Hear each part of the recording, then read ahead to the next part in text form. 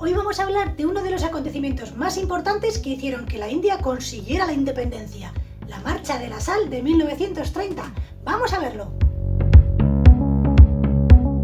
Vamos a ponernos un poco en contexto. La India pertenecía a los británicos. Gandhi ya había dirigido numerosas manifestaciones no violentas y huelgas de hambre para conseguir un estatuto de autonomía igual que consiguieron las colonias de Canadá o Australia. Pero los británicos no cedían. Gandhi pertenecía al Partido del Congreso Nacional Indio, el primer movimiento nacionalista moderno que emergió en el Imperio Británico. Ciertos miembros de ese partido propusieron una guerra abierta, realizar sublevaciones armadas para echar a los británicos, y Gandhi estaba totalmente en contra de eso. Él insistía en su camino de la no violencia, así que se le ocurrió su propia campaña de desobediencia civil, animando a los indios a que produjeran su propia sal. En el año 1882, los británicos crearon la ley que decía que ellos tenían el monopolio de la producción y la venta de sal, que eran ellos únicamente los que manejaban los depósitos de sal, y aplicaron un impuesto por su uso. Quien no siguiera esa ley estaría infringiendo un delito. Aquellos que vivían en la costa realmente podían coger agua del mar, desalarla y tener su propia sal. Pero si hacían eso, serían arrestados. Estaban obligados a comprar la sal al gobierno. No podían cogerlo del mar. Es exactamente igual como si nos pusieran un impuesto al sol. Así que a principios de 1930, aunque todos no estaban de acuerdo, los miembros del Partido del Congreso decidieron usar el satyagraha, la resistencia no violenta, e intentar con esa táctica dar un pasito más para llegar al autogobierno. Y designaron a Gandhi para que fuera el que liderara la siguiente campaña. ¿Y cuál sería el objetivo de su campaña? La desaparición de la ley británica de la sal. Los británicos en un principio no se tomaron en serio la amenaza de una protesta por la sal, pero Gandhi tenía razones muy sólidas. Sabía que la lucha de algo tan necesario en el día a día resonaría en los corazones de la gente, sobre todo en los corazones de los más afectados, de los indios más pobres. La sal en aquella época era considerada un producto de necesidad básica. Se necesitaba para conservar los alimentos. Al ser algo que afectaba tanto a hindúes como a musulmanes, esto ayudaría a crear una unión entre ellos. Así que el 12 de marzo de 1930,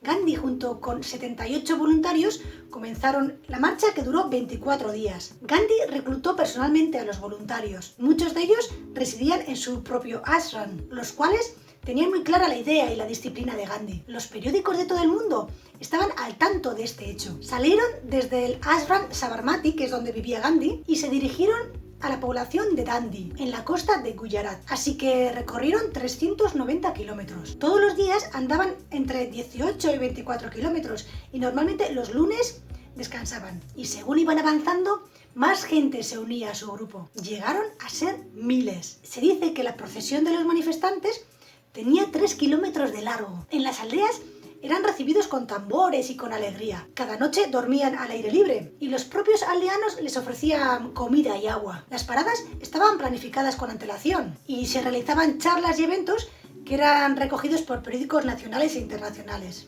Cuando llegaron a su destino, esa misma noche miles de personas, se dice que 50.000 personas, se reunieron allí para escuchar a Gandhi. Y al día siguiente, a las 6:30 de la mañana del día 6 de abril de 1930, se produjo el gran acto de desobediencia civil contra la ley de la sal, que fue seguido por miles de indios. Gandhi recogió agua del mar con sus manos y fue un acto muy simple, pero muy simbólico. Alentó a todos a negarse a pagar ningún impuesto por algo que les pertenecía. Y miles de indios que se encontraban allí con él en esos momentos recogieron agua del mar en sus recipientes. La noticia se expandió rápidamente y este acto fue repetido por todo el país. Los indios evaporaban el agua y recogían la sal a plena luz del día, desafiando de esta manera a los británicos. Gandhi continuó su camino por la costa hacia el sur. Hacía sal y realizaba reuniones con la gente. Se dice que hasta 60.000 personas fueron encarceladas por considerarlas ladrones de sal, y por consejo de Gandhi no hubo ningún tipo de resistencia por parte de ellos. El propio Gandhi pasaría 9 meses en prisión también. Esta marcha de la sal hizo que el movimiento de independencia de la India apareciera en numerosos titulares de muchos periódicos extranjeros. Esta desobediencia por el impuesto de la sal Duró casi un año y finalmente el virrey cedió ante las peticiones de Gandhi. Permitió que los indios pudieran recoger su propia sal y liberó a los prisioneros.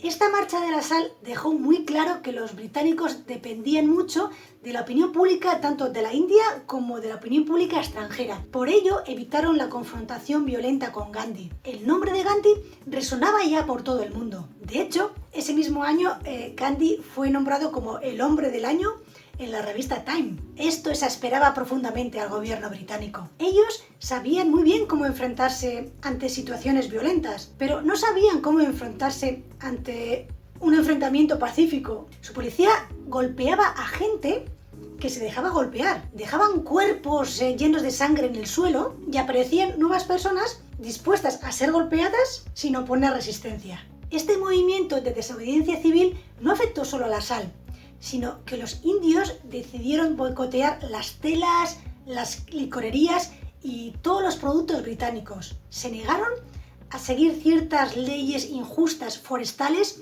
en ciertas partes de la India. Los campesinos de Gujarat se negaron a pagar impuestos. En fin, toda una revolución de desobediencia civil que los británicos ya no pudieron parar.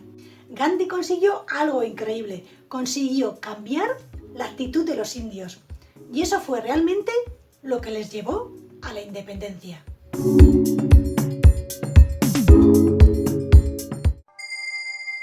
La violencia es el miedo a los ideales de los demás. Palabras de Gandhi.